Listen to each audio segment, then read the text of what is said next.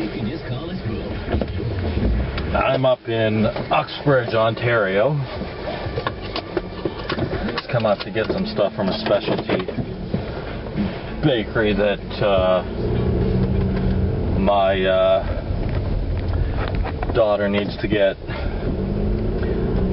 bread products from because she's a celiac and can't have gluten. So I thought I'd let you ride with me for a little bit and see some of this area. Little something new. I'm doing a driving vlog. I know some of the people that I'm subscribed to are doing it now, and it seems like a pretty cool idea. So, oh, I think I missed my street there. Anyway, oh, this is jostling around a lot. Let's see if I can stabilize that.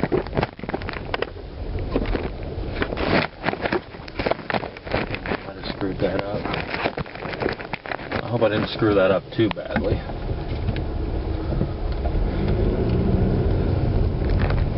Anyway,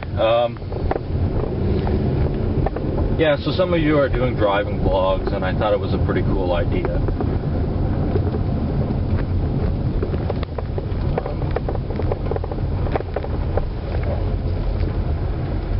Let's watch this dog here.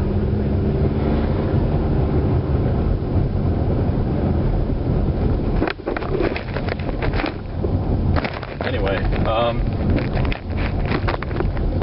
I got a call from a friend of mine today, early this morning, Sunday, and she told me that a friend of mine who I was very close with for probably 15 years had committed suicide 3 years ago.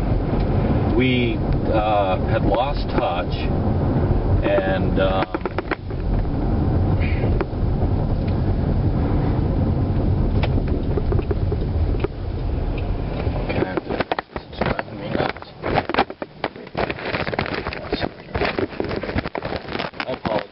video sucks. I'm trying to figure out how to mount the camera properly. Anyway,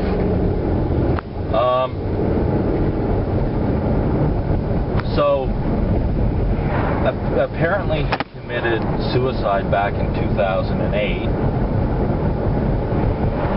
and we had all kind of lost touch with him because he had developed a severe drug and alcohol problem, and it was just not safe to have him in our lives anymore. I remember one day letting him crash at my place, and he fell asleep on the sofa. Well, passed out is more accurate.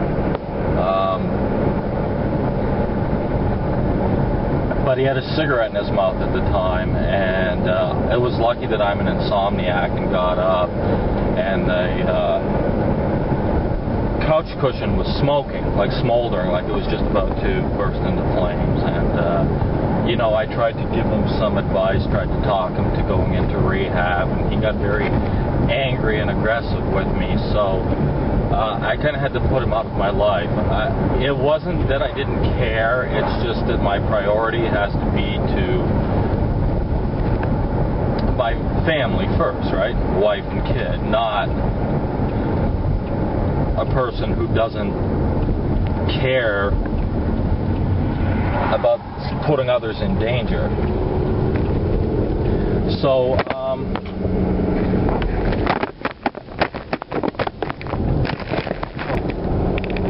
that's why you don't play with the thing on that. Anyway.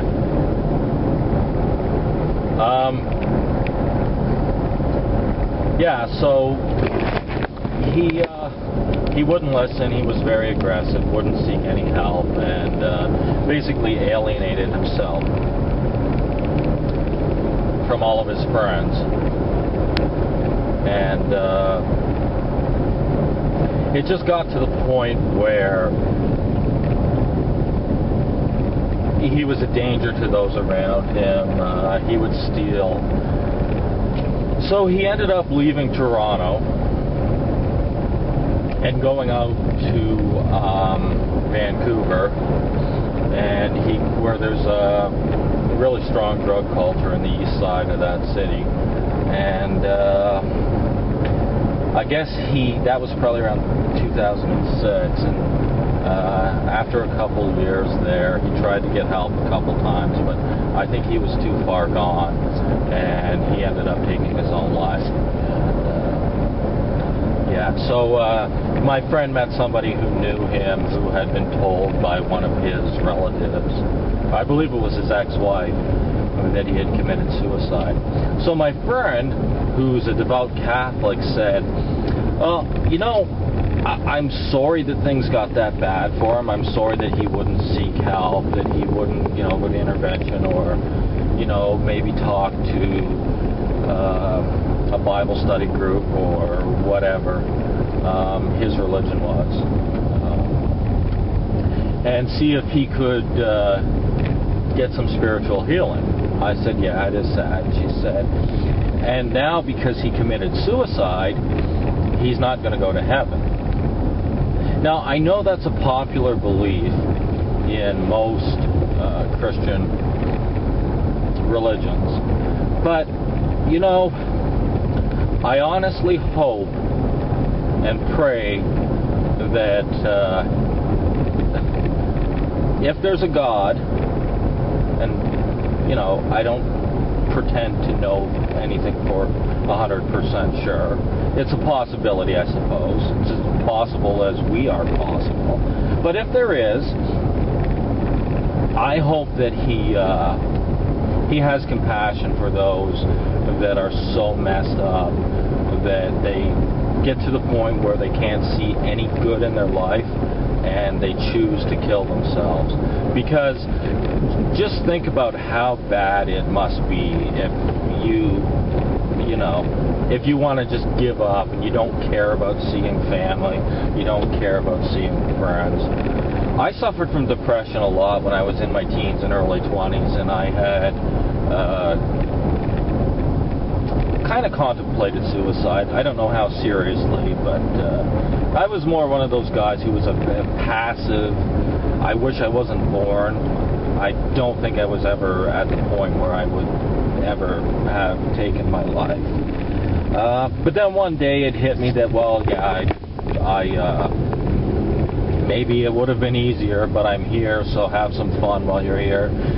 Don't take yourself so seriously. Try and make the world a better place than it was when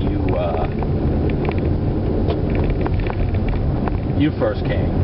And that's what I try to do. And that was part of the reason why I had to let my friend go out of my life, because I'm very forgiving for a lot of things, but you have to understand, if you don't care about other people,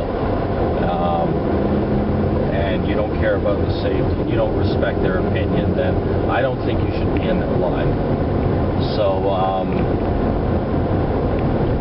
yeah, I had to say goodbye, and I have no regrets.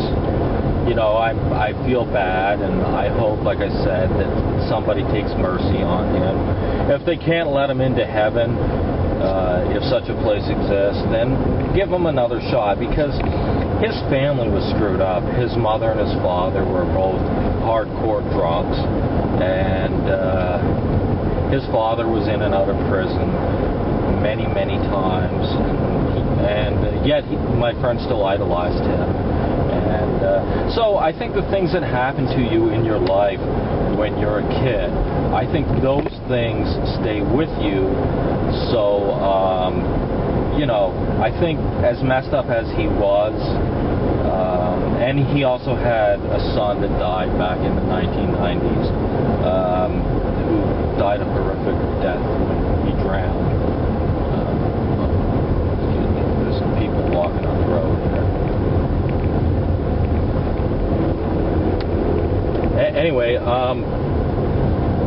his son died a horrific death, and that kind of sent him over the edge. But and I'm not trying to belittle that, but we all have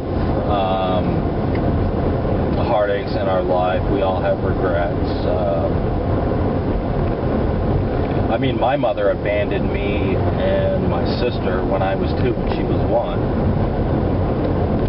And then years later, when my sister needed a kidney transplant, my uncle that I didn't know, and still don't know very well, tried to find her and found her. We never met her. I still haven't met her. And, well, she committed suicide herself, so...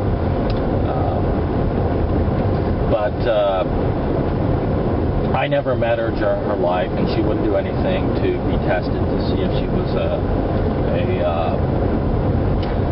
match for my sister. And my sister ended up dying in 1998.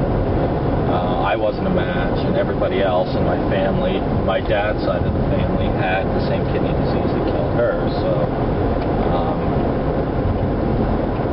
my mother was the only hope, and she wouldn't do it. So I mean, I guess that's my point. We all have reason in this life to be angry, but at a certain point, you have to let go what is beyond your control and simply say whatever other people chose to do with their lives, whatever tragedy came into my life, I did the best that I could, and I never deliberately tried to hurt anybody. So I had sympathy for him until he started not caring about those of us around him. So you know, had to say goodbye. And from what I'm led to believe, he went out to Vancouver and he got into the drug culture, selling, and